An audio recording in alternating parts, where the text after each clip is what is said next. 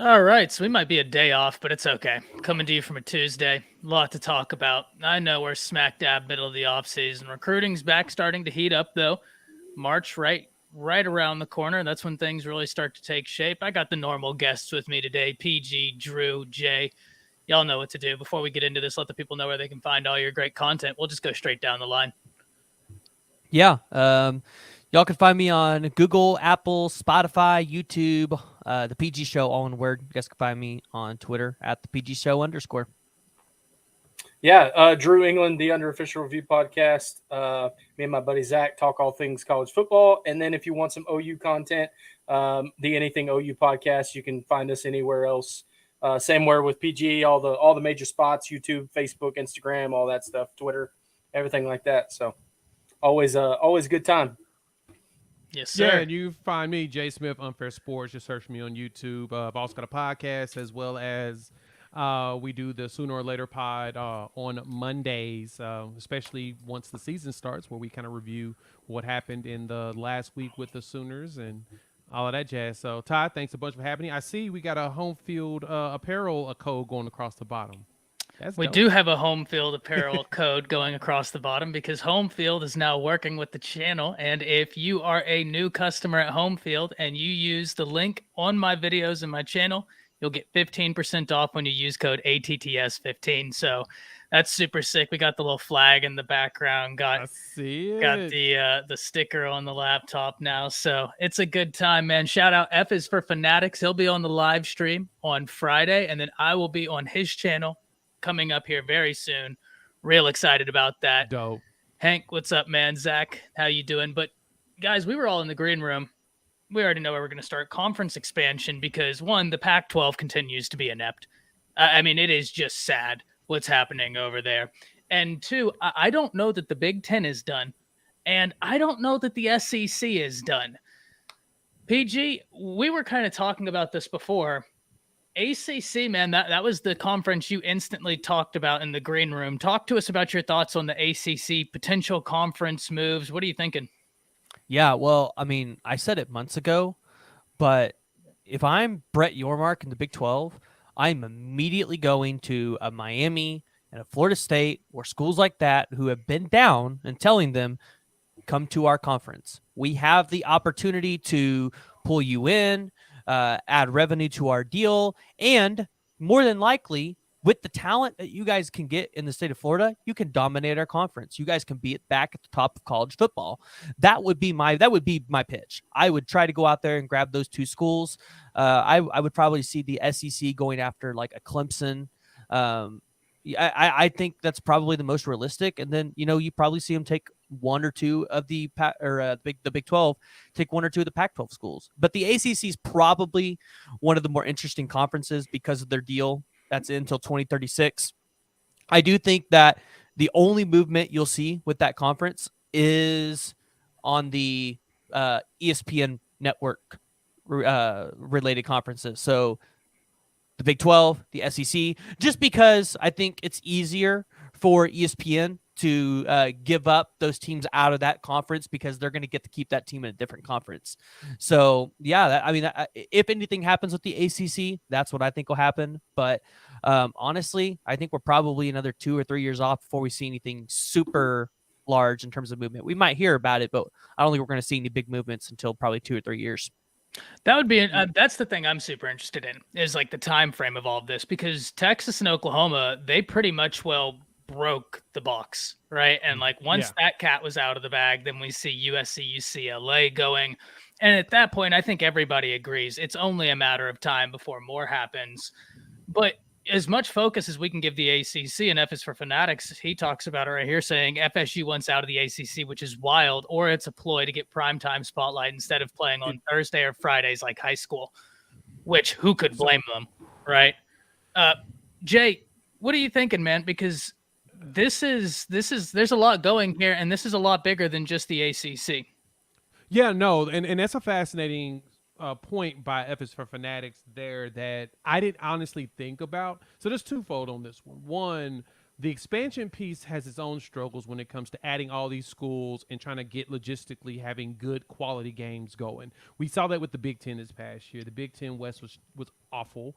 And the bigger deal with that is they didn't really play anybody, and there wasn't true competition. And then once you get to the Big Ten championship game, of course, it was a throttling. So you don't have very many teams, honestly, in college football that can help balance out the scales on stuff. The other thing with that is this point by F is for Fanatics is that what a lot of people aren't really thinking about is the Pac-12's biggest problem is that there's not enough inventory to really play their games unless you're doing Pac-12 After Dark or Friday night games. Same thing with the ACC. No one cares about any of those games outside of the local fan base, but nationally, what the actual television networks care about is how many eyeballs they can get in there. Mm-hmm. So they're, of course, going to focus on Big 12 games. They're going to focus on Big 10 games, and they're going to focus on the SEC games because you traditionally get better quality games and more eyeballs because you have larger brands on there.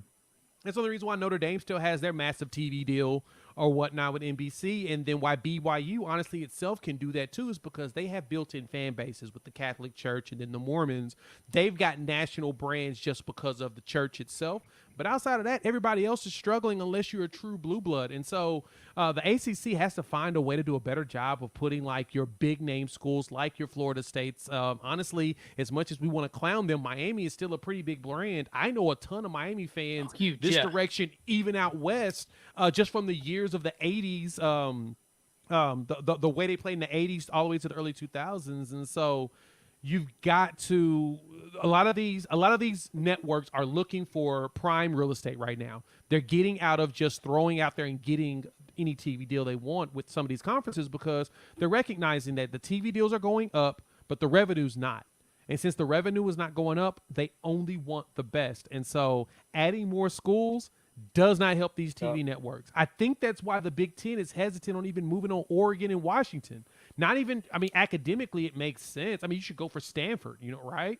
But they're not moving on those because inventory-wise, you run into a really big logistical problem that slows things down. Well, another good point that F for Fanatics made is time zone is a big killer, especially on the West Coast, because there's very few people other than myself and Ty, I think, that will stay up till 1 a.m. or 2 a.m. watching a football game. And as much as I think USC kind of brought some of that luster back a little bit with Lincoln Riley coming back out there this year. But certainly other than that, it's tough, man. Unless it's not a big marquee game, you're not gonna stay up that long. I mean, I will because I love football, but most people are just gonna be like, oh, it's gonna kick off at 9 o'clock. I can, so a time zone is a big killer too. That's a great point that F had. Well, go ahead real quick, Ty. To add to that point, that's the biggest issue. The Big Pac-12, just in general, is you can't even play early games there. Like, what early games can you actually watch? I mean, you can do an 11 o'clock kickoff out there and it'd be midday, but that's LA. Yep. Why would I want to be at a football game in LA? And at 2:30, you're going to watch the SEC and all that stuff on the Central and Eastern time zone. So you're not going to. That's why they have that problem. Is that people are going to watch their game, but are people going to watch their game? It's real estate. That's your problem. Inventory is limited. Here's a great way to drive home this point that F is for Fanatics is making, and that everybody here has really made when talking about the Pac-12. If you polled a random college football fan, I don't think they'd be able to tell you what an incredible year Michael Penix Jr. just put together. From a this young man played with his hair on fire every single week. They were great. They were so much fun to watch. I can take it a step further. How many college football fans can name the head coach of Utah? And that's a solid program. I mean, that's a program that you've got to respect the way Kyle Whittingham has those boys ready to play every Saturday. But the average college football fan, not that it's their fault, it's because of the time zones. A great way to look at this is just look at the population breakdown in the United States, where such a large majority of the population lives from the Eastern to Central time zones, to where you're almost self-selecting such a large percentage of population. And by the time those night games come around, everybody on the East Coast is asleep. I see Brandon making points. So that's good. But where were those games played, though? Those games were played in the Central or Eastern time zone. Exactly. That game with that Oregon Georgia game was at Mercedes-Benz in Atlanta, and then Georgia. Ohio State so game was perfect at Ohio timing. State.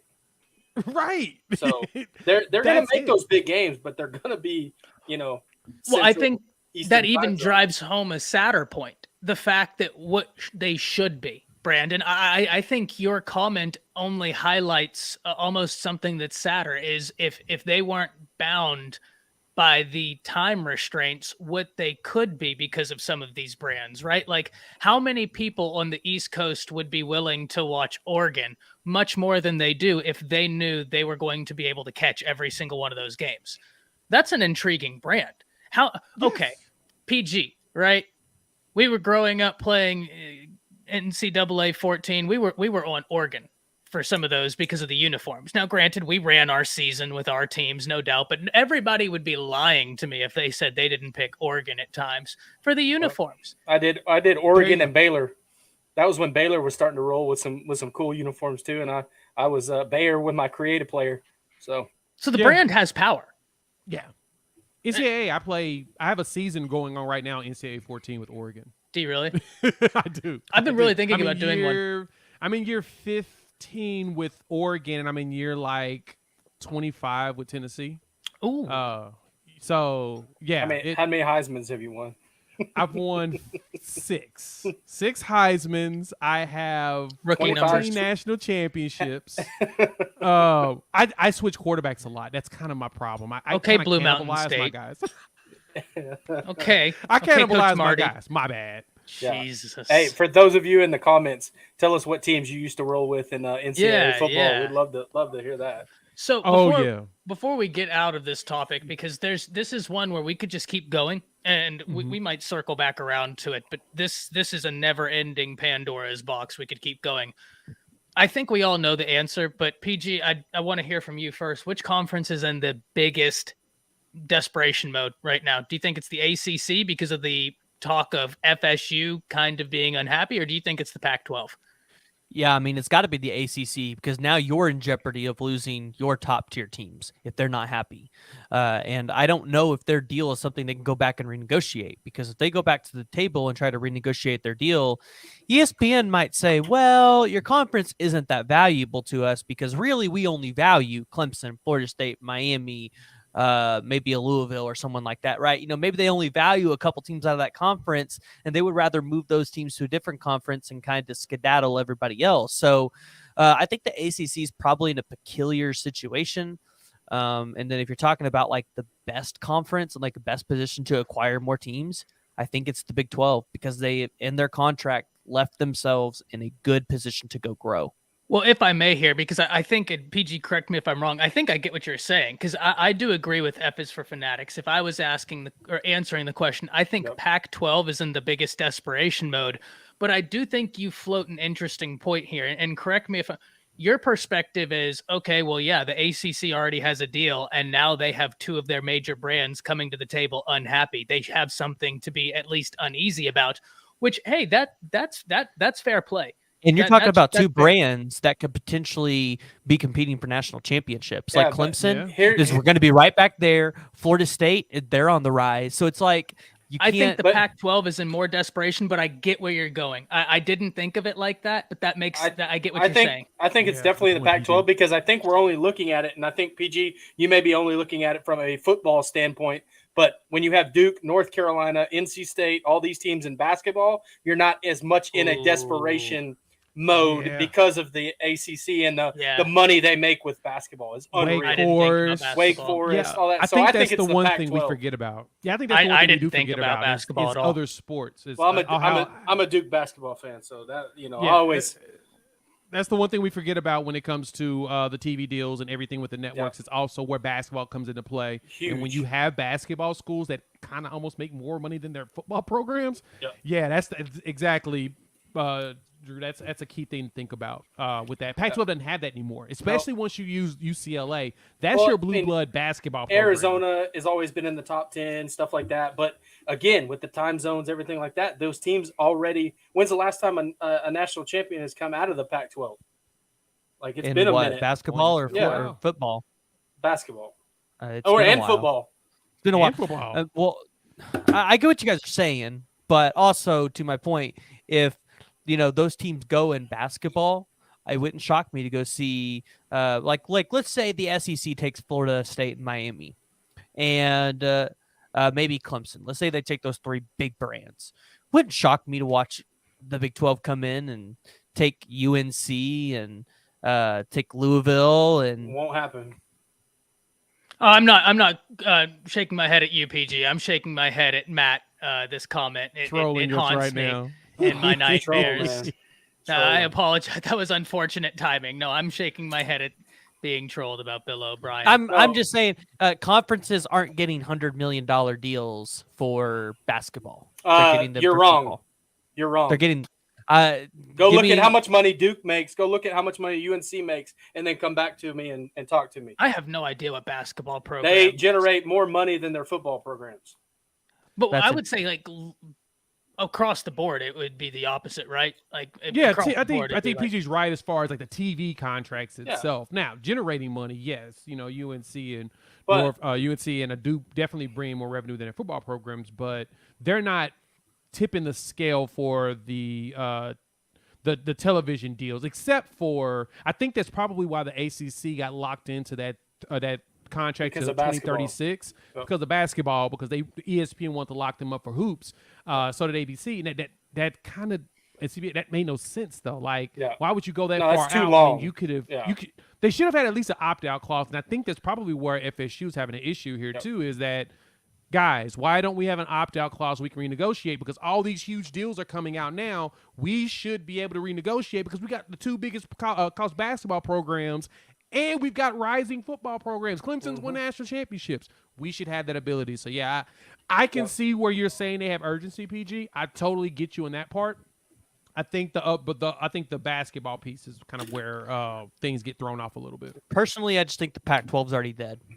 In my honest opinion, I think they're already dead. So I don't care how much urgency they have. Like it's not going to matter. That's fair. Like I said, I didn't think of it the way you answered the question, but the second you started answering, I was like, oh, he's looking at this like I see where you were saying. Now this is interesting to me.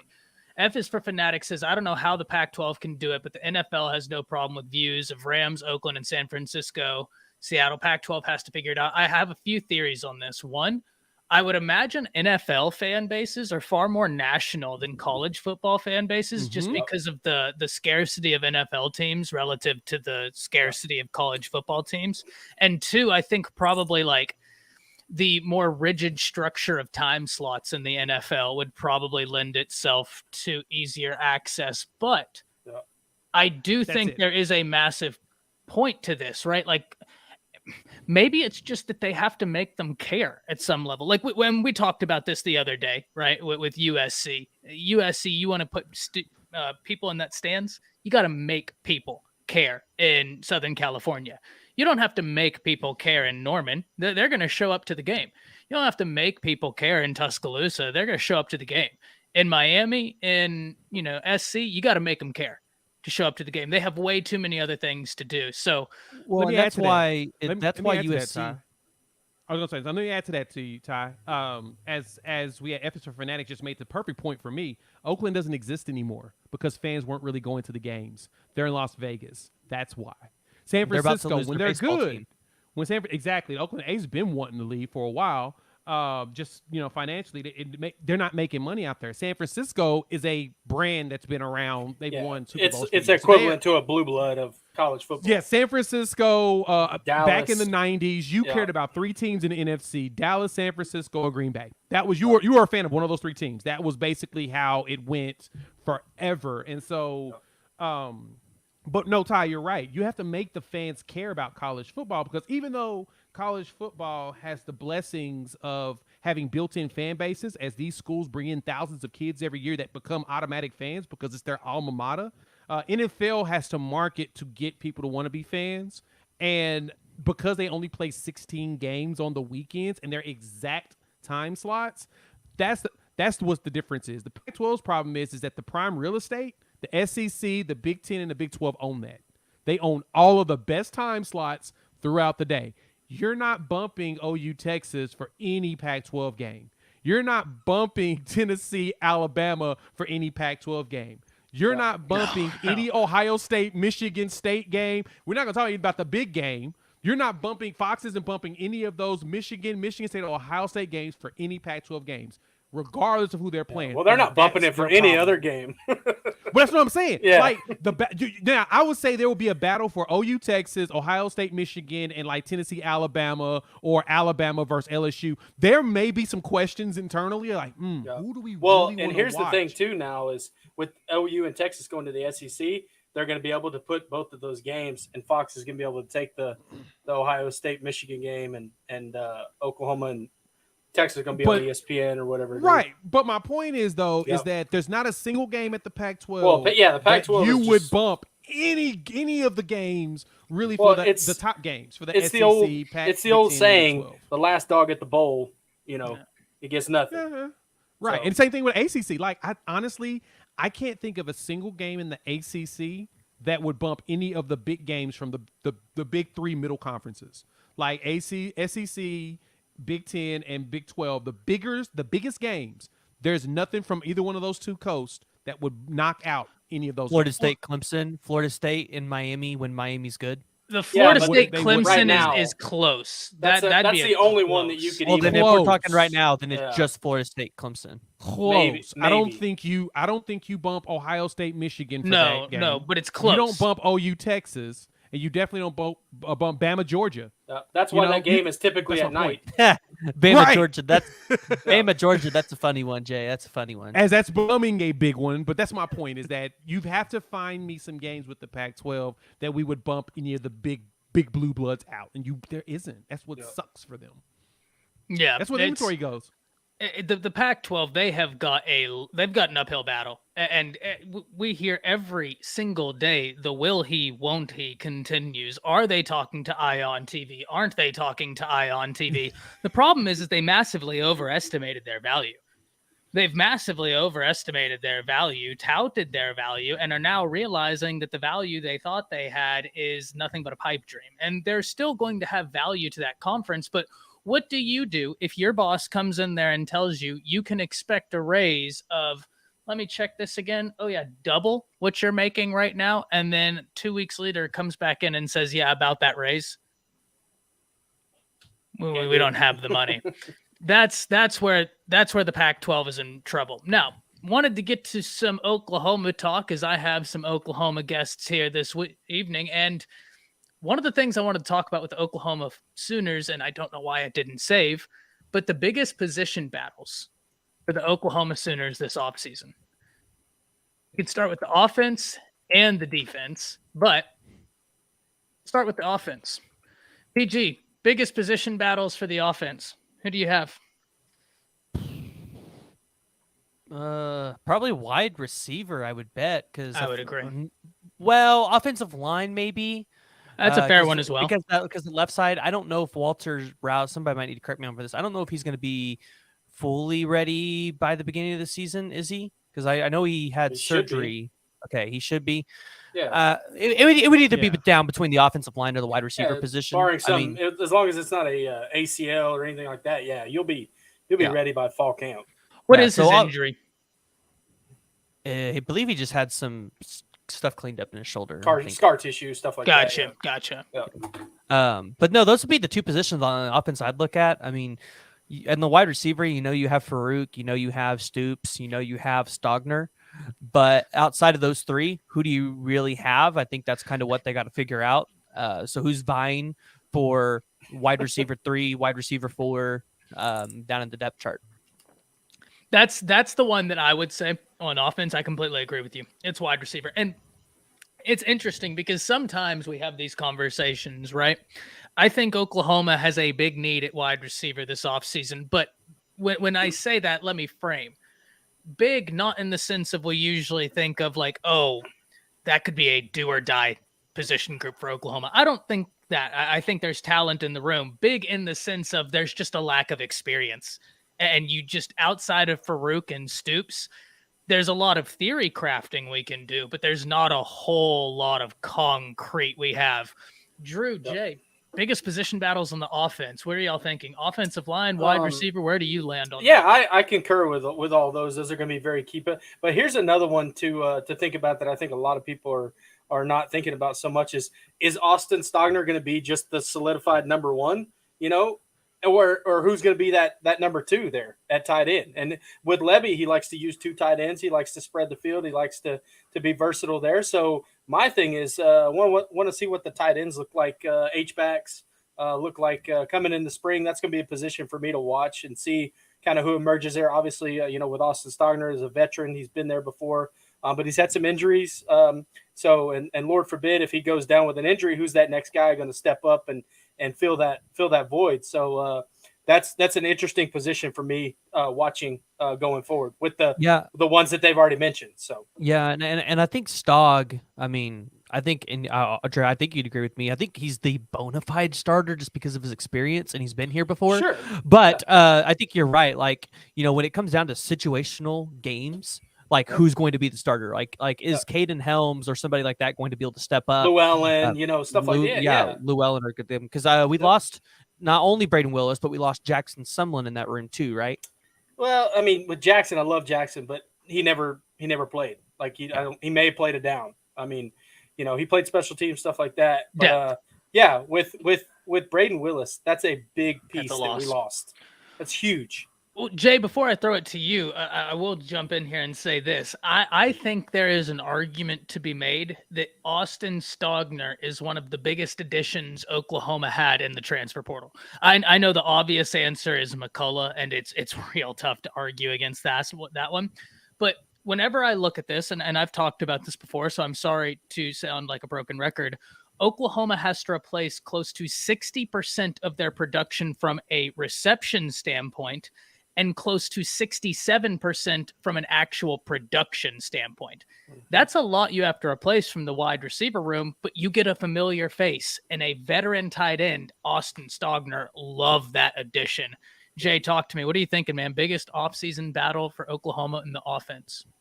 Yeah, everybody's made great points with everything, and I'm kind of with you and PG on the wide receiver front. It's more so because it's the unknown. We've got a lot of young wide receivers in depth.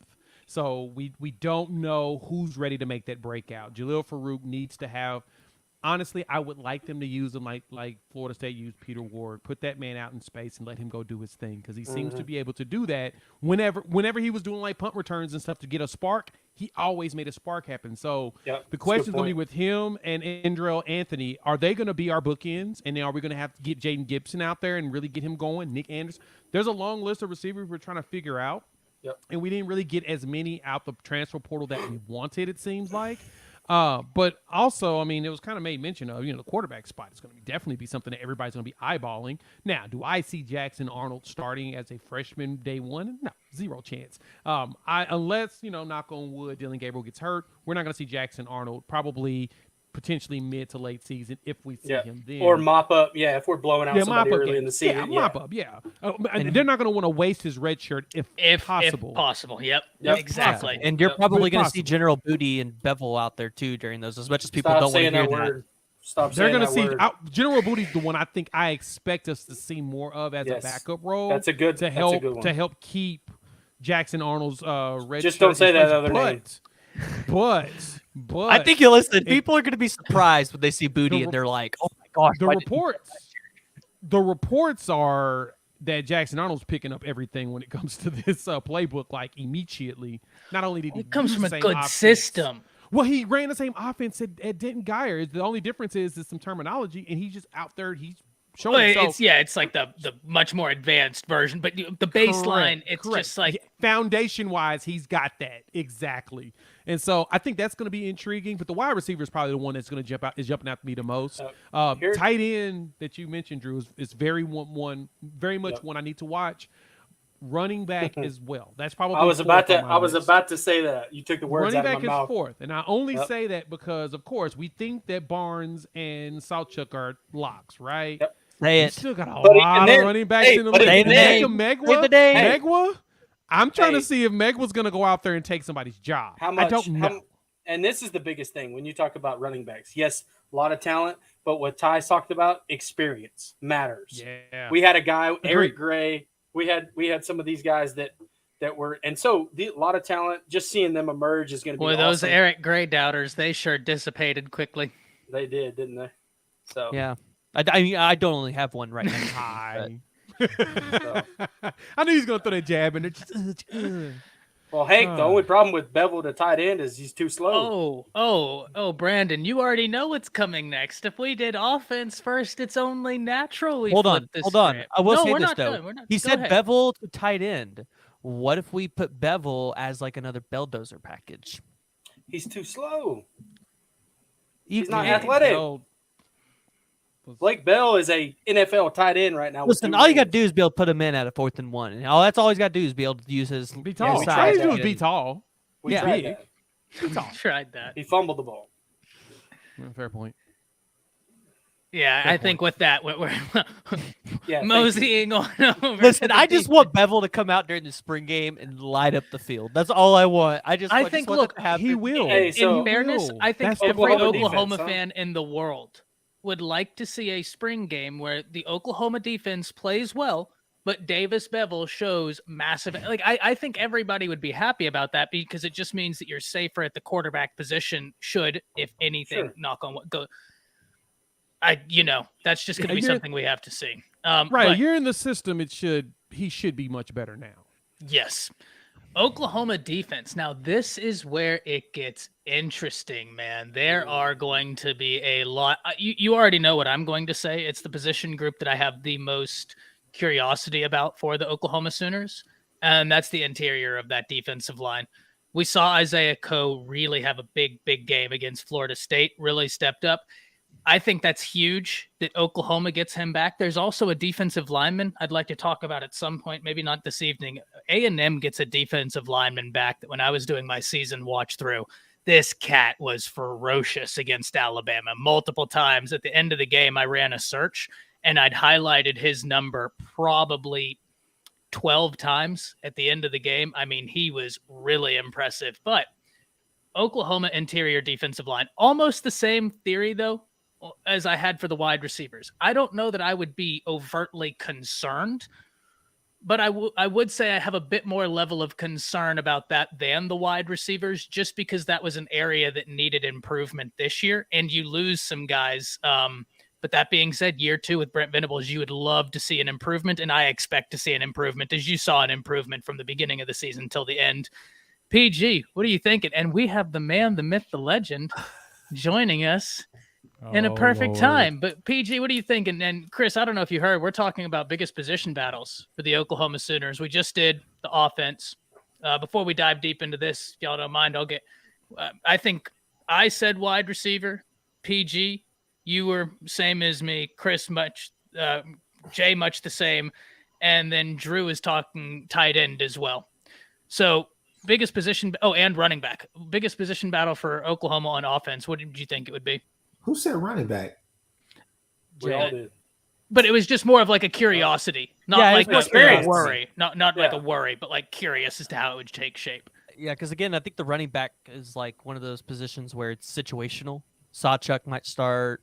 You might When see you have Megwa start. I Two want a guys with not a lot Yamaha of package. We experience. still got Marcus Major, and we do not talk about him anymore. There's a reason why. I'll wait to comment on that after spring until I see things shake out. I hope he has a big spring, but yeah, this is do or die for him. I could see Major hitting the portal. I can see him hit a May portal, graduate hit May portal. Offensively, I mean, I would have to agree with these guys. I mean, I kind of want to, shake it up a little bit and say no, because I know Drew's gonna push back on this, but I would say quarterback. We already talked about quarterback. Yeah. We already I talked would say quarterback. We've already talked I was about how like, Davis hey, Bevel's look, going to challenge Dylan Gabriel. He's not going to start. He's not going to start, but what I'm saying is that going through the year, if Gabriel's not getting it done, I don't know. It's like we just heard that from somewhere. Who was that? Oh, Jay said that. That's right. Yeah, if Gabriel's not getting it done, I don't know. I don't know.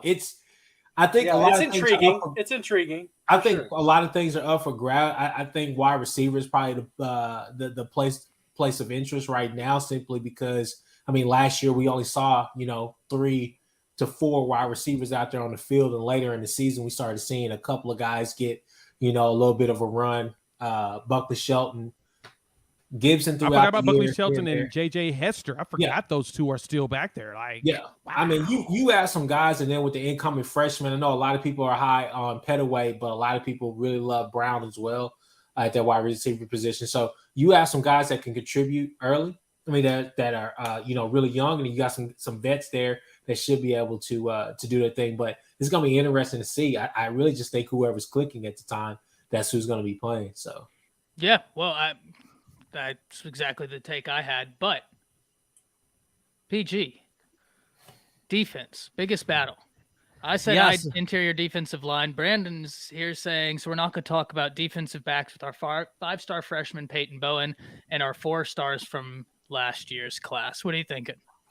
Yeah, so I mean, the defensive back, like when you talk about your safeties and your corners, it's not really a concern for me just because I feel like that room's really solid. And yeah, you got like some good freshmen coming in, but I like with what we have returning. I like how you said the defensive line. I'd be curious to see if they move Reggie Grimes inside this year or if he's going to stay on the edge. Just because I think he's a borderline big enough to be on the interior. I'm curious about this linebacker position because that's, I think, the spot that really killed us last year in terms of depth. You have Shane Witter coming back. He should be good from his injury. You have Samuel Omosigo, who it sounds like he might be ready day one to actually play on this defense. Lewis Carter, Phil Picciotti. You have Danny Stutzman, of course, Jaron Kanik, Dason McCullough. You're hearing of Reggie Pearson potentially being able to play that cheetah position as well. So it sounds like you might have a McCullough who can play the cheetah in terms of linebacker, defensive end, and then Reggie Pearson doing linebacker, maybe corner safety a little bit. So, and then you also got Justin Harrington out there. So the linebacker position really intrigues me this year. I'm curious to see if Samuel Omosigo or Lewis Carter are going to be able to step up. I'm not saying Phil Picciotti right now. I think he needs a year to build muscle, develop a little bit. But Samuel Omosigo and Lewis Carter, they sound like they might be day one guys that could play for Oklahoma. I like that answer better than I like mine. Jay, what are you thinking? So I know a lot of people are talking about like secondary and all of that stuff. I think secondary's locked up. I don't think anybody really loses their spots really this year. But I'm honestly with PG on this. The linebacker is really what's got my attention. You still got Kobe McKenzie and Kip Lewis who got some play, but they're more so with them and Kanik. The big thing was learning the position and being everywhere. Like I saw someone mention about Kanik, the biggest problem with him was, and Venable said this, is that, hey, he just doesn't know how to play linebacker yet. And then somebody pointed out, like, yeah, go watch him in the Kansas State game where he started missing plays. He missed that fake punt. Is like a lot of stuff was kind of his fault, and he's like more of a he just don't know the position yet. But once you get him locked in, it's like he's doing a great job of getting somewhere really fast, but he's going to the wrong spot really fast. And so it doesn't. It's great really to play you. fast, but you know what playing fast can get you? Fast mistakes. Ticket. Fast mistakes, exactly. And so for him, it's more so understanding it. But when you mix in those three, throw in Omosigo, and then you throw in whoever's going to play Cheetah, and I love that, PG. That's probably one of the best explanations I've heard on how the cheetah should be used, really, is having McCullough kind of go from linebacker to edge, and then have Pearson go from linebacker back into safety, because Pearson's going to hit. He's a hitter. He will play linebacker, no problem. And I think the problem you're going to see with him is injuries potentially. He may have himself hurt with stingers on a regular basis, and so having depth there is going to help. But I think linebacker is the most intriguing. Of course, edge is going to be intriguing with all the transfers coming in, but I'm really big on the linebacker room right now. I want to see what that looks like. Yeah, see, I think the big thing is it's like on the defensive line, in the secondary, and then also on the edge, it's like there's a bunch of returning guys there. So like there's so much returning production in those areas. It's like I feel like we almost know what we could get out of those positions. The linebacker's the one where we just don't know.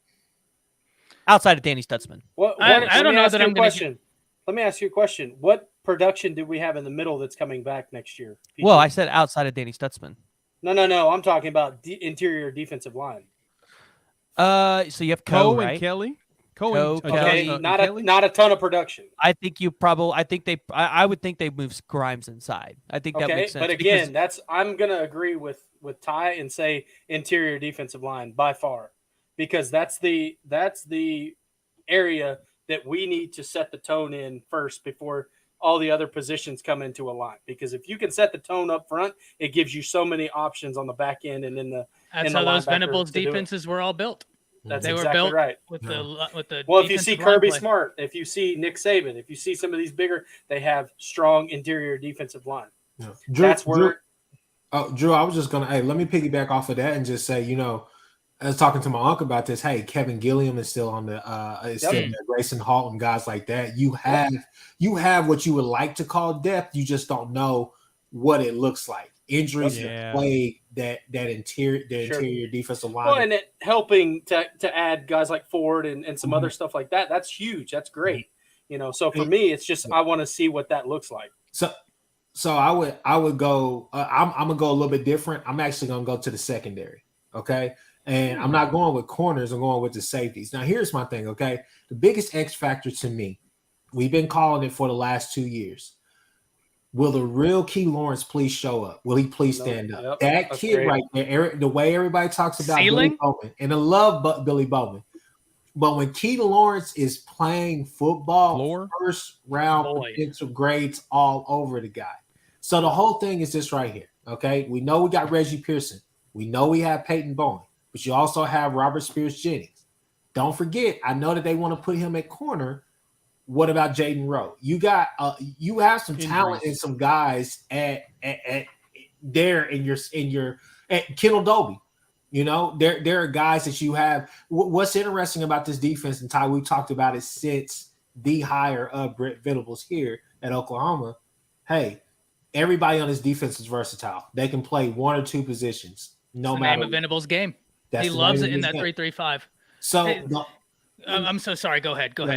What I was just going to say is this right here. As much as we want Peyton Bowen to go out there and show out, you still got to think, okay, if Peyton Bowen's there, then that means either A, Key Lawrence is not doing his job, or B, you're taking snaps from a healthy Billy Bowman, hopefully. So that's kind of that's the problem that you're kind of facing. Not saying that it's a real problem, but you're putting your freshman out there. Look, 5-star freshman, no matter what, I get it. He's going to contribute.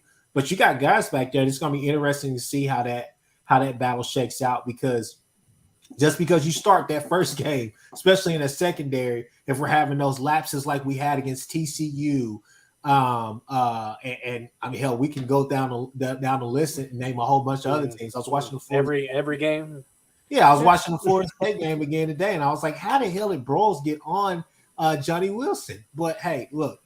That's kind of my battle right there as a secondary, not from a lack of talent, but just simply from how does the depth chart look? Sure. The good thing is, and to add to that real quick, is we've got depth in just about every position this year. Mm-hmm. Like, it's something that we haven't really had before, and it was depth that we're more comfortable with, even as just outsiders looking in, watching some of them do some of the stuff they've done. We're like, okay, with some of these young players coming in, we think, of course, everyone believes Peyton Bowen can walk out there and probably start, potentially, right? Mm-hmm. That's the thought. I'm not saying it's something that will happen or even could, but that's the thought from a lot of people, that the comfort behind our depth is a lot higher today than it's been probably in years past in comparison. And a lot more people are paying more attention to it. We're more laser focused, specifically because we struggled so badly at that. The secondary, honestly, last year was not that bad. The problem was you can't put secondary players out there on the island for 7 seconds and think they're going to be able to do their job. Yeah. Eventually, you're going to give it up. There's nothing completely you can agree do with about that. it. Because once players start ad-libbing, it's kind of hard to chase it. If you know the play and you're following it and the net receiver ad-libs, you kind of – the secondary did a lot better than we want to give them credit for, except for the TCU game. Hey, you just have to recruit more kids from the 918. That's the bottom line. I concur with that. Another guy that you got to throw in there, another name to think about, Davion Harmon. For me, it's all about progression. No matter what position we're talking about, it's all about progression. You need guys like an Isaiah Coe, even a Kevin Gilliam, guys like that who've been in the system for a year, who have a keen understanding of what's going on. You need them to take that next step. That's why I say Key Lawrence is a huge X factor, because I feel like, hey, he's a guy that could really change that secondary. Because I feel like we have a great idea of what we're going to get from Billy Bowman. Well, the that's team what I won't. was just about to say. We're all forgetting Woody Washington. Oh yeah, forget about. Yeah. That's what I'm saying. I'm not even talking about like That's The corners are good. Yeah, the corners are good. I feel like the corners that room is good. I want to see Gentry opposite of Woody. That's just my preference. Mm-hmm. I wonder But what at the Connie same Walker's gonna do, time, though. you say what? I wonder what That's Connie another- Walker's gonna do. Kanai Walker is going to be an interesting. Yeah. Yep. that's a good Intrigue one. all over there. I want to get to some comments real quick. Anthony says, if you guys, meaning Oklahoma, he says I was an Oklahoma fan, but if Oklahoma You are had Oklahoma kept, fan. no, if Oklahoma had kept Spencer, the guy Miami was able to flip from Oklahoma, do you think he would have been the day one starter at Cheetah as a freshman? No, I don't. zero Look, chance.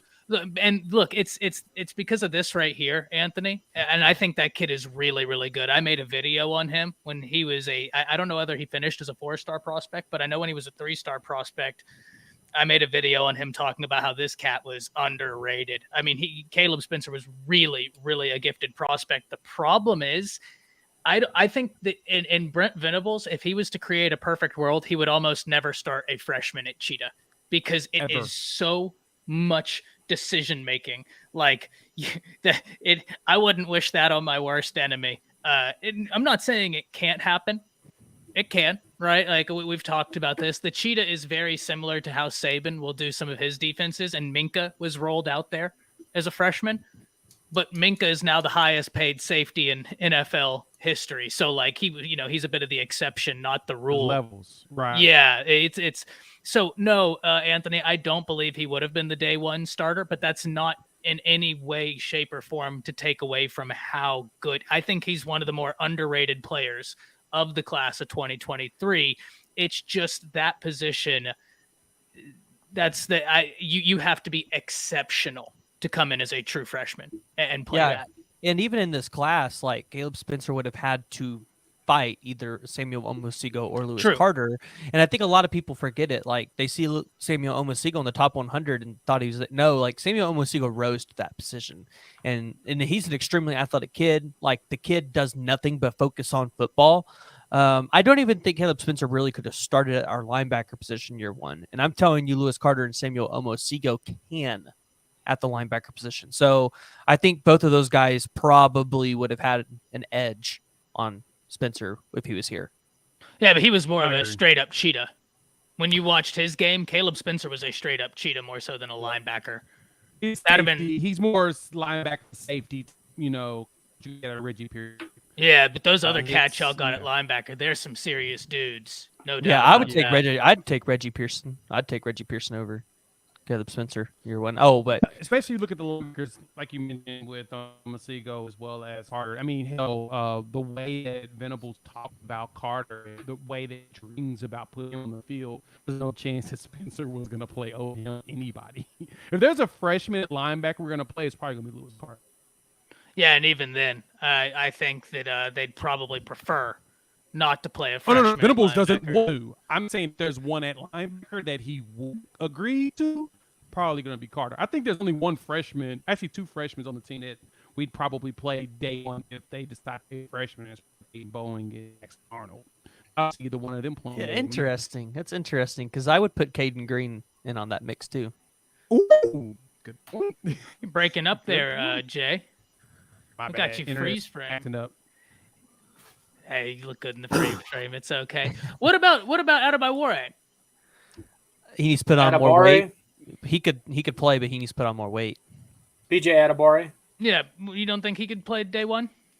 I mean, he's one of those. It's intriguing that you got to wait and see. But I don't disagree. He needs to put on weight, but at the same time, man, when you have a reach advantage like that, you can almost. I'm not saying you completely negate the weight issue, but a lot of that weight issue gets tossed to the side when you can't touch me and I have you lifted. But he plays. I don't think he starts. I think we're Fair. talking That's starters. fair. Yeah, not- but you're not also- playing. That's fair. You've That's also fair. got to see him at the next level too.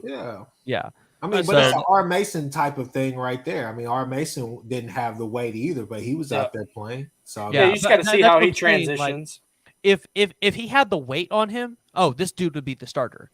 But he doesn't have that. So I think he'll play. I just don't think he'll start. And I think Jay and I were talking about starters, and that's why I'm like Caden Green, because Caden Green, he had the weight there. Like if he could just put on a little more muscle, he's smart. He kind of knows what Bill Beaton-Bowe and him have a great relationship. And especially on that left side where Oklahoma, there were a lot of questions coming into that after all those guys left. I thought Caden Green could be a guy that could easily come in there and start for you day one if you absolutely needed him to. But I don't think you have to now because you have Caleb Schaefer and Walter Rouse. There's a reason that true freshmen haven't started a whole lot. It just about anywhere. I mean, it's hard. It's tough to do. Tommy Harris was the first and only defensive tackle to start as a freshman under Bob Stoops, and there's a reason. Those dudes are like a dime a dozen. Yeah. Yeah, we got some questions about how does OU match up against Texas and Freelance. This is going to be a topic we will address here soon. I just want to let each team take a little bit more form. Let's let the springtime start. Let's let the dust settle. And then that's absolutely one. I'm actually going to highlight that. That way I have that for another one. As far as way too early predictions on how OU matches up against Texas, I mean, if Texas returns Worthy, they return Nayor if he's healthy. I think he's going to be a force. They recruited well, like always. The offensive line for Texas, I think, is going to be a real big plus this year. I know they don't have Bijan. I think Cedric Baxter is a dude, but replacing Bijan, look, you can have a 5-star. That doesn't mean they're Bijan. You know what I mean? And I think that's fair. But when you're running behind that Texas offensive line. No doubt. Because that was my point. Like I've gone out on a limb and told you guys how good I think the Texas offensive line is. It scares the hell out of me. It doesn't especially going into the Red River. It doesn't scare me at all. I think Texas is going to walk into Alabama, and Alabama might struggle with that offensive line. I don't think so. I mean, I think one of the things Not you at got to home. think about as well with Bijan, we talk about it an awful lot. Bijan was getting hit in the backfield. Bijan would turn, and you get hit 2 or 3 times. Their offensive line is better. This is wild. This is two wild. true freshmen last year. Yeah, but this is a wild because they started 2 true freshmen. This is even more of a wild stat. Their offensive line graded better in pass protection than they did run protection, which doesn't make any sense. From all logical perspectives, if you have a young offensive line, they should be better at run protection because you're firing off the ball and engaging as opposed to catching. Like statistically speaking, that's an anomaly, especially when freshmen are involved. There's a lot of variables that you're talking about as well. True. So. I don't disagree with that. That's 100% true. Here's my thing about Texas, okay? And this is what it all boils down to. They suck. That's what it boils down to. Jeez. Hey, I'm with you. But, hey, look, it's all about just stopping. Look, kill the script, stop the scheme. That's all that you have to do. Kill all the finesse stuff. Get all the finesse stuff out there. Make Sark actually think out the game. Don't let him get off to a hot start with that script. And then as far as just thinking about schematics going throughout the game, make him think this game out. Make it be a methodical game for Sark. He does not like that. It makes him uncomfortable. Here's another variable that we need to talk about that I think that will get overlooked. And maybe just because I'm such a a fan of this guy, but the loss of Brendan Marion on their staff is huge, and I think that's something that is overlooked because he helped with a lot of that scheme, that eye candy, those motions, the go-go stuff offense, like that, the go-go offense. And I don't know about I think the motions will be fine because we know Sark he loves those motions. He schemed a lot of that.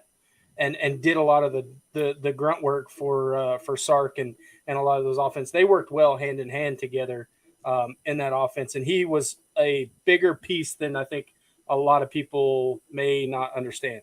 So I think it's a loss, no doubt. Now, one thing I will say, Michael says that means Bijan was the factor. Look, I talk about this before, but whenever I was doing once again my film rewatch, I have a quote in the Alabama-Texas game where I'm talking about Bijan right here on my notes, and it says, some guys you have to know where they are, like when they have the ball in their hand, right? There are some guys, they get the ball in their hand, and you're just like, okay, go get them. There are other guys, when they get the ball in their hand, you kind of stiffen up if you're the coach, and you're like, okay, we got to do something. Then there are dudes that when the second they step on the field, you got to know exactly where they are. because whether they have the ball or not, they're going to hurt you. Their presence will hurt you. Bijan is the last. Bijan, his presence will hurt. Now, guys, I do agree that Brennan Marion was that's going to be an interesting transition, but I do think y'all made a fantastic hire. Sure. I think y'all made a great hire. You know what's Now- funny when I think about the Bijan world and the way, like you mentioned, Ty. I mean, it's a great point. I mean, Texas is known for their backs. It's almost like, first off, the one thing that was crazy to me about Bijan is that how many yards he got after the first hit, after the first piece of contact. Like, you can tell that he was the offense. Like, it was literally people get in the backfield touching him. He's just running them over and then running past them. It makes me feel like the Barry Switzer story around Barry Sanders and how he's just like, yeah, I don't want Thurman Thomas to go down. I know he's an All-American running back. He's probably gonna be the first running back taken in the draft. Don't hurt him. I want him to play. And coach looking like, what are you talking about? Why do you want Thurman Thomas to play? Because the dude behind him is better, and I don't want to see him on the field. That's the feeling of Bijan. You don't want him. You don't want. Can you just find a way to keep him off the field? And I think we're happy when he's on the field. He's a freaking monster of a threat. It's gonna be crazy. Seeing him. and to not overlook the point too with your two deep, Roshan Johnson was a pretty damn good running back as well too. So and I know they two deep, recruited well, but like, two deep experience right there. Yes, it helps so much. yeah, experience. But is you big. prefer Roshan over having Bijan, though. That's the only thing. You'd rather have Rocat going than you would have. If you're an opposing team, yeah. I'd much rather see them load up. And that's not a slash on Roshan. Roshan was really impressive. Right. And that tells you how impressive Bijan is. That's not a knock on Roshan. It just tells you how great Bijan is in comparison. Yep. So, yeah. Yeah. Go So, ahead, I mean, PG. really, if you're looking at Texas, and, we're talking about all that they lost, I really think probably the two biggest areas and keys that you look for the Texas Longhorns this year going into the 2023 season is one, that edge position, because you've got a lot of young talent there, but I wouldn't say you have a lot of proven, developed talent. So and that's big on PK's defense, that Jack and X linebacker. So I'll be curious to see how that edge, if maybe a Colton Bassick or Nakana, who I thought needed to put on weight and muscle, if they are able to make an impact year one. But also the second biggest key for Texas this year is, are they going to be able to be stable at the quarterback position? Because I feel like the moment it goes bad for Quinn Ewers, you're going to have a OU Spencer Rattler thing all over again, but down in Austin with Arch Manning. And I just don't not think even be Arch. It may be Malik that takes that spot. Shoot, I hope so. I hope so, because I've said that's the best quarterback for Malik. Texas. Well, one of the things that we have to see about Texas, and this is, Ty, we talked about this plenty of times. It's Quinn Ewers. Quinn Ewers is going to have to outplay the scheme that Sark is doing. He's going to have to make a lot of plays this year to win a lot of those games. People have them going. If Quinn can be more successful, like the thing with consistent, Quinn, we know. We've seen the throws, right? Yeah. Like he has throws where I can roll the tape and it's just like, okay, name me 10 other college football quarterbacks that can make that throw. Like not a fluke throw that can, and we can't do it. But he's a young guy. He made young mistakes. Mm-hmm. He's got him a new haircut now, so maybe that's the change, But yeah, if he continues to mature, he's got the ability. He's got the intangibles for sure. Yeah. I mean, look, I think that, I was a big detractor, but I'll say this right here. The kid's talented. We know he has an arm. It's just about being consistent. Is he going to make those same mistakes that he was making last year? He got better as the year went on, but I mean, and just from a far distance, just watching, I don't think that I wouldn't say that all of Texas is convinced with Quinn Ewers, but going back to defense, just to piggyback off of what PG was saying, I want to know who's going to replace Overshown. I keep saying, look, Overshown was a big part of that defense, man. Like he was the heart of that defense. So I want to know, especially at that linebacker position, who's going to. That's why. Hopefully, that's why they got Anthony Hill. Yeah, I mean, everybody, all eyes on him, but. Well, hey, Quinn Ewers, the eyes of Texas are upon you, sir. So. I'll just say this. I said it in a video the other day. The expectations for Texas this year 10 wins and you need to get to a Big 12, you don't have to win the Big 12. But I think they at least need to get to the Big 12, and they need to improve on their 8-win season to 10. If they can do that, then I think Texas is in a solid spot. If they win 8 games or less and you regress, we're going to start having a lot of questions about this team. We'll operate with 3 to 4. I hope so. I certainly hope so. I think, though, the problem is we can point to a lot of times during the season where it was the exact opposite. And I can roll the film. Yeah. Boy, do I have it. I'm just going to give Quinn Ewers the benefit of the doubt. Oh, no doubt. It was because it was his first real season. No, he's in a new system. You remember the year before he was at Ohio State, so he's in a new system. So just like Dylan Gabriel, I'm going to give him the benefit of the doubt, say he needs a whole year in the system to really be able to. By the Alabama game, we should know what Quinn Ewers is going to do. Well, don't get me wrong. Quinn is a guy that if he's clicking, every team in the nation, if he continues to play up to his ability, you've got to beware, because 1, he can touch every blade of grass on the football field with his arm. And 2, he's got an ability to throw off platform in a manner that looks different than some of your other quarterbacks that'll throw off platform. His is a little bit sneaky. It's a little sneaky. Now, that being said, some of his struggles came from lazy footwork. And it was as simple as, and this is why if you're a Texas fan, you have got to be so excited. Pooh, to your credit, like this is why I do, at some level, I do completely agree with you.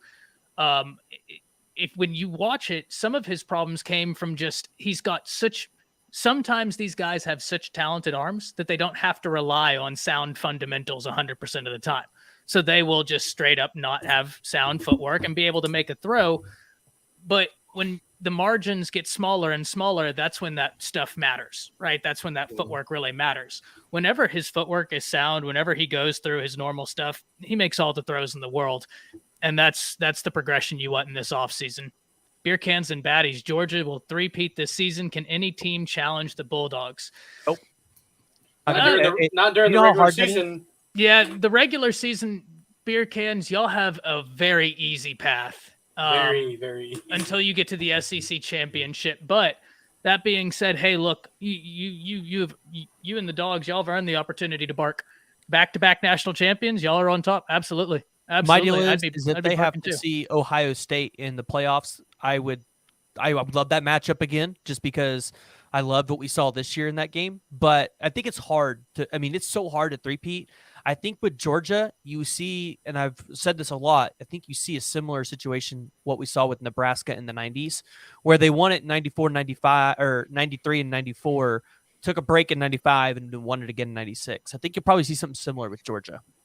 The only question that I have about Georgia is how open will that offense be? You know, if they're bringing Mike Bobo in and he's going to be running something similar, maybe with his own style or own spin on it, how controlled or how open will that offense be? We've seen what it's like whenever the offense is open and Kirby Smart doesn't seem like he has that much influence on the game plan. You get what I'm saying? And we've seen the championships, but we've also seen whenever it feels like Kirby Smart has his fingerprints and his thumb on the offense, and you're like, bro, you gotta let this go. Here's what I will say, Jay. Jay commented and said, "Who's throwing the ball in Georgia, though?" Yeah, that's fair. It always deserves to be mentioned if you're replacing a quarterback. I just want it all with Stetson. You know what I mean? Like, and look, here's the counter argument to that. They obviously trusted him more than anybody else on roster. So there is something to that, right? Like I can say, oh, he's a walk-on, but we've seen walk-ons do crazy things before. And this is just one of them. No doubt about it. Like that is Stetson.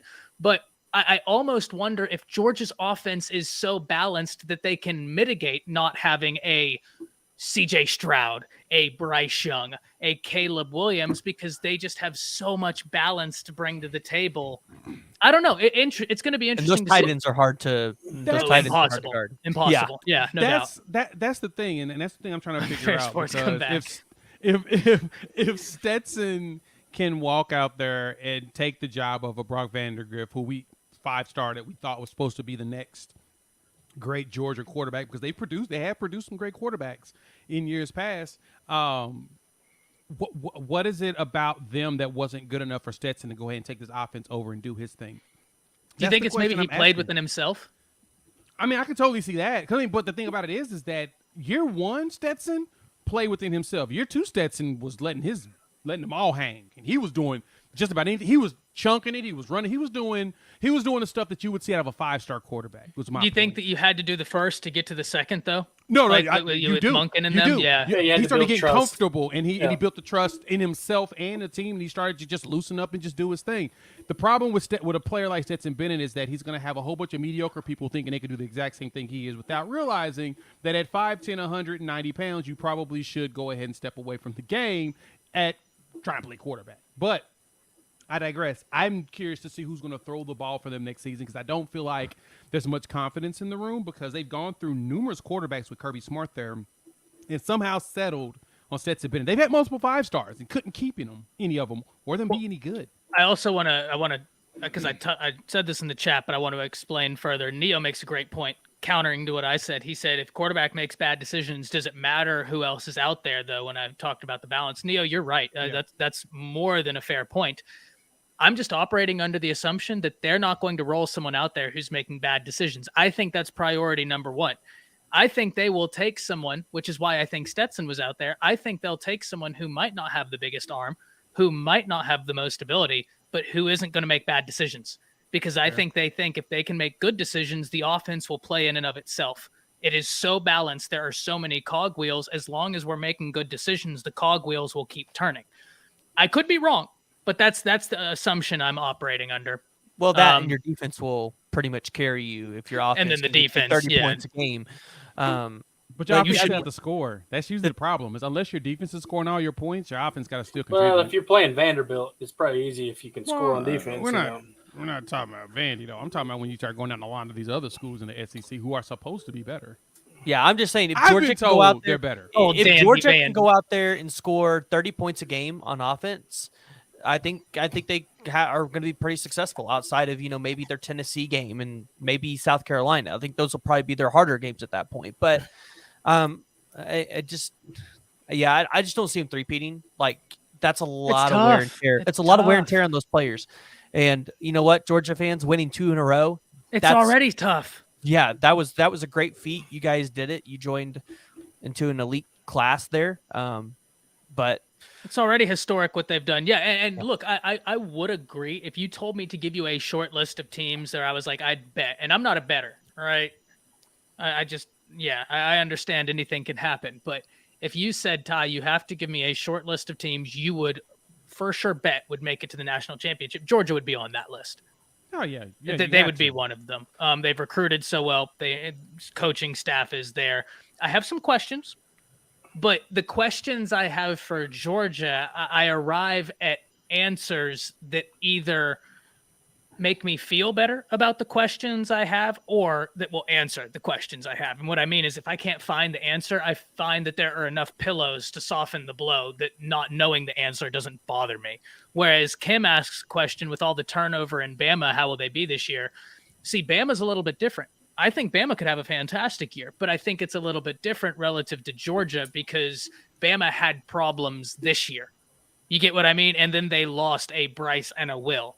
Whereas Georgia didn't have the problems this year, and this is just me riffing at this point, and now they have to replace some things. Bama had problems, and they have to replace some things. I think Bama will be fine, but, I mean, this is a big, big, big offseason. We will probably talk more about that, Kim, maybe next Friday or Monday, because I did want to talk about Nebraska, and if I open up that can of worms, we'll be on here for another hour talking about Bama. Go ahead, PG. Here's the summary. At the end of the day, when the AP polls come out, if there's any of these polls that do not have Georgia at number 1, we're rioting. Well, I always operate under the assumption if you win the national championship, I don't mind if you open number 1. Thank you. You should have a chance to defend your title as the number 1 team in the country. But by rankings in the first 4 weeks anyway. Thank you. They're all BS. That's exactly what I was about to say. I think no ranking should actually go up until you get to probably week 6. Yep. Because then you have a better understanding of who's who. Yep. And then at that point, the rankings make better sense. Yep. But don't they make sense at the point where they have a national championship? They do. That's why it's the end of the year. You don't win a national championship in the preseason. No, but you also don't like. It's the same with okay, here's a great example. This week, coming up weekend, we got 2 title fights in the UFC. They don't all of a sudden relinquish their belt the next fight just because the previous fight has ended. They defend their belt. No. But there's weight put on. Like, for example, let's just say this. This is a hypothetical. Georgia fans, don't get mad at me. Georgia loses. I don't disagree about like preseason. Georgia rankings, loses like, 20 of their 22 starters, and so the team is completely different. They lose to a team in a neutral site game or whatever, and they get blown out because they are still bringing in a whole new squad. That win against that number 1 team makes that non-conference game that other team. Like, just say Oregon. Not if you look at it with nuance with preseason rankings. Yeah, I mean that's the problem. Well, but there is no nuance when it comes to looking at this these is the rankings. reason why. Well, then let me do the rankings. Well, this is why the preseason rankings. You. This is why the preseason rankings exist. TV ratings. That's it. No doubt. And I think they can be done with nuance. But Jay, you're right. The problem is there's no nuance to them. Right, like but you don't, and that's my point, is you don't need the rankings because when you're talking blue blood games, you're kind of going to be watching them anyway. I'm watching Georgia play against Oregon again in a non-conference game. I'm going to watch Alabama play up against Texas. I would love to see Oklahoma play Ohio State again. Even if there's a ranking or not a ranking on it, we're going to watch those games because we know that eventually they're going to get ranked. I think that's my point. That's why I think I say the least I want is week 4 is for them to start the rankings. Yep. That's better because the only rankings that matter is the playoff ones, and that happens when week 9. Well, yeah. I hear you because you're right. Bama lost. Well, hold on now because you're not counting the one game where they were all healthy. And that you guys had an Bama- offensive coordinator that blew Bryce Young's career. Oh, wait, did I say that out loud? attrition. No, I'm just like I don't disagree with man, him. that's a good question. We lost the game when Bryce Young and Will Anderson were there, and they're probably some of the better players in Alabama history. But we also have to remember the time we played before, and J-Mo was almost at 70 yards in a quarter and a half. Man was well on his way to 150 in the natty before he went down. But we still had to figure out a way to stop y'all, and that was something that was not going too well. So I like that question from Kimberly up there. That's an intriguing one that I've been trying to figure out as well. Which one? Go Right ahead. above, yeah. I'm curious on that one. Is what Tennessee looks like this coming season with Joe Milton as the starting quarterback. Interesting. Yep. I think that Joe. The problem I've had with Joe is, as a also Tennessee fan, has been that no one's been able to reel him in his ability. He's a huge, strong dude. The running joke about him is that if he didn't play football, he would be a javelin thrower in the Olympics, and he would throw the spear through somebody's chest in the stands on accident, just because of how hard he throws the ball. But the question is can Heupel, as a former quarterback, really reel him in? And the OC, gosh, just had a brain fart. But if they can reel that in of what he's doing, if they can do that, I think that there's a chance that Tennessee can still contend. I don't see SEC championship, though. I see them winning 10 games. But I can leave it at that. Yeah, I mean, the problem Favorable is schedule. Joey Hazel, come on, man. There you go, Come Joey on, Hazel. Come on, It's the man. last name. It was the last name. Hazel is what got me. I was like, it's Joey, but dang, what's his last name? I just had a massive brain Come fart on, looking man. at other these players. Hey, But here's anyway, something. yes. Can I say something? And I don't want Go Ty ahead. to jab me, but I got a hot take here. Uh-oh. I think that Bryce Young is going to be overrated in the NFL. Boy, that's fighting words right there. I know, but That's fighting it's words. something I've yeah. So anyway, I disagree. Act of violence, it's and I- not anything just off the cuff. It's stuff that I've been watching, looking, all that jazz. So I disagree. I've talking never to seen Ty want to throw a punch more right now. Look at his face. You can see the anger. I've talked to a few NFL guys that kind of are thinking that as well. Yeah, and a few NFL guys also thought AR was number one, so they have opinions that are just wild. I as have well. to interject and say, Well, these NFL guys also have Super Bowl rings too, so I'm not just talking about hey, Joe look, Schmoes. look. I Let me end understand this. the Let me AR end this. hype. Let me don't. end this. I don't either. I will agree with Ty on that one. Let me end like- this. Anthony Richardson will be the number 1 quarterback taking on. That's a know good way to why. lose your job. Dude, I'm telling you. Look, And that's not he's something I disagree very, with. very talented. He's very talented. But, like, it'd be one of those, okay, it's like this. Do you know what that would remind me of? That would remind me of when they passed up Mahomes. And I'm not comparing anybody to Mahomes, but hear out the logic I'm painting here. They picked Trubisky. Do you want to be the dude that picks Mitch Trubisky and you roll the dice when there's a dude who has played in big games? I'm just It ain't gonna be me. people. Ain't gonna be me. They're saying, Wait, are you saying Mahomes played in big games in college? Relative to throwing for 800 yards? Yeah. 600. In comparison to Mitch Trubisky, yeah, he did. Yeah. Any Big 12 game was bigger than what Trubisky was doing in North Carolina those years. But he also got his head coach fired, but we won't talk about that. So fair point too. I think honestly with the AR hype, and I don't want to go too deep into this, but the eyeball deal with the NFL coaches and evaluators are of course much different than college, because I think the one thing they're looking at with him is twofold. One, the ceiling is a lot higher with him, I think, than with most, just because of his athleticism and his strong arm. And two, just like you said, Ty, he's going to get somebody potentially fired because everybody in the NFL believes they can fix people. The talent he has outweighs anything about getting fired. They're like, if I fix him, if I do what Sean McDermott, Brian Daboll did with Josh Allen, with this guy, guess what? I'm a quarterback whisperer, and I am a savior in this sport. Is he number 1? No. I think he's a late first-round pick, and I think it would be smart to waste it on him to get the 5 years just in case. Hey, beer cans. Would you say that you think Georgia has an NFL front 7? You're being trolled, Ty. They're trolling you right now, which is even funnier. I know, I like it. It's fun to engage. True. It's fun to engage. You're a good sport with all this. You like, this is the fun of it, man. This is the fun of it, man. If people aren't sticking up for their teams, why are we here? But I do think that I don't think Bryce is going to be overrated. I think Bryce has the smarts to survive in NFL. I think it's situational. I think he ends up like Russell Wilson. He's got to go to the right team up until about 30. That's going to be my question, is what does he look like after 30 when he's not going to be as mobile and he's going to have to try to really figure out how to get rid of the ball very quickly?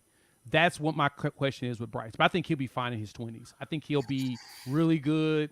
I don't know if he wins championships, but I think he is really good because he's not like Hurts. The biggest thing with him was what helped him is that he's got them strong butt legs. He can run. He's really hard to tackle. Like, he's really hard to tackle. No doubt, helps. Bear Cans. I agree with helps. you. UGA, I completely agree with you. UGA has NFL front 7. They did shatter the draft record a year ago. Bryce Young put up 369 yards on them and beat them. So, but that's a snapshot, though. But no. His comment was that he'll fold under NFL fronts. I mean, I just gave you an NFL front that you don't know that. We can't say that. He just said that he thought Georgia had an NFL front. So I did, used his logic against him. That's like saying, they're all. That's like saying 2 + 2 is 4. No, that's like saying they're all going to play for the same team, which they're not.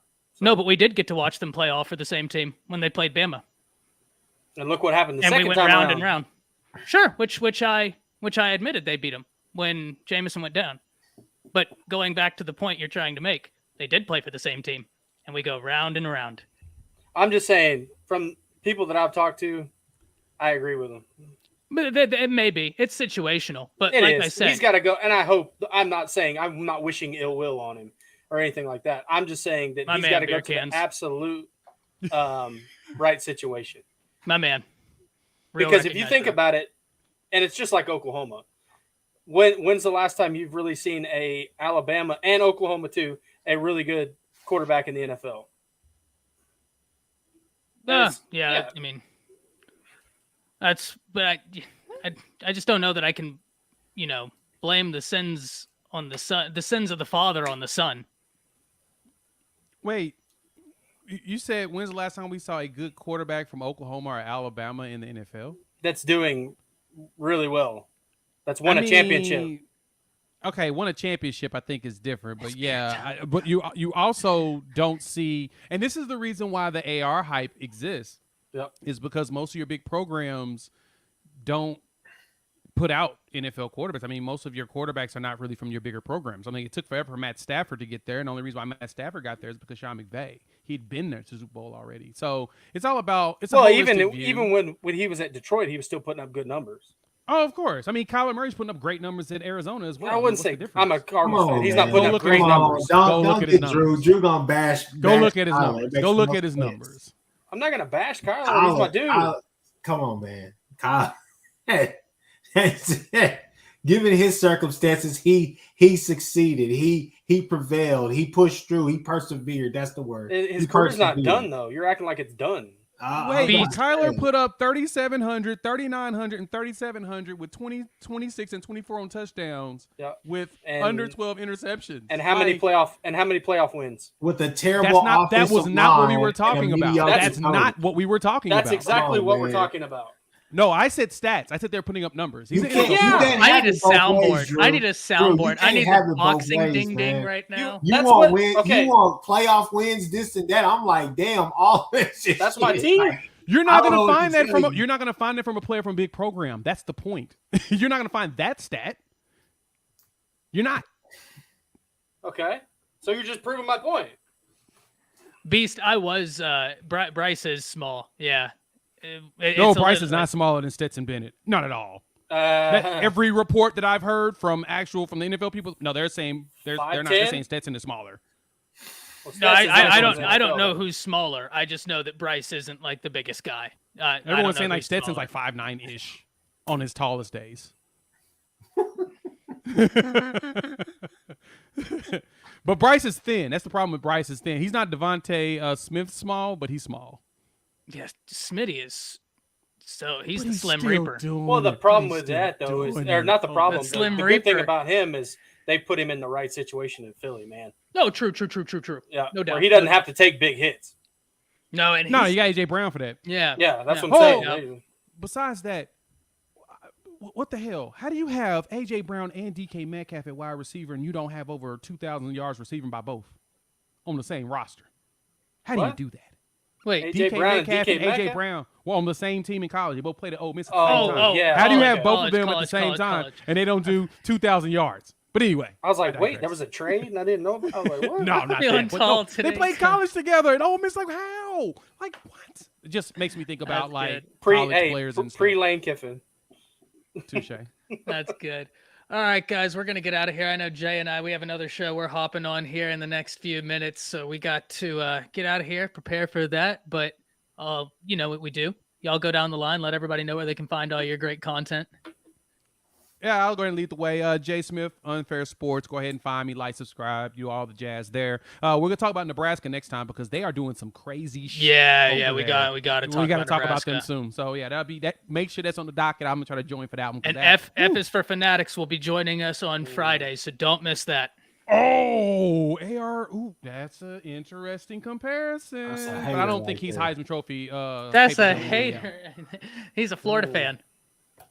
Yeah, I can see that. Yeah, makes sense. But yeah, just find me, search me, Unfair Sports. Hall of Fame media, Hank. Go, Drew. You were here first. Oh, Drew, the Under Official Review podcast. We talk all things college football, me and Zach over there. And then for OU content, we do the Anything OU podcast with me and Christian Williams. You can find us on all the platforms, YouTube, Twitter, Facebook, Instagram, all that good stuff. Hey, guys, you guys can find us at the Horns Down Podcast. Follow these guys. Follow everybody. Hit that like and subscribe button for Ty. Definitely always a great time. Hold up. Bro, you already know what we're doing. Right here. It's got to make it. Okay, now that we can get back to business here. Get them smooth out. That's hilarious. Hey, for everybody still in here, go sub High Top Sports in the house. Great content. Florida fan. I guarantee you want to talk about a content creator that's going to have a big 2023.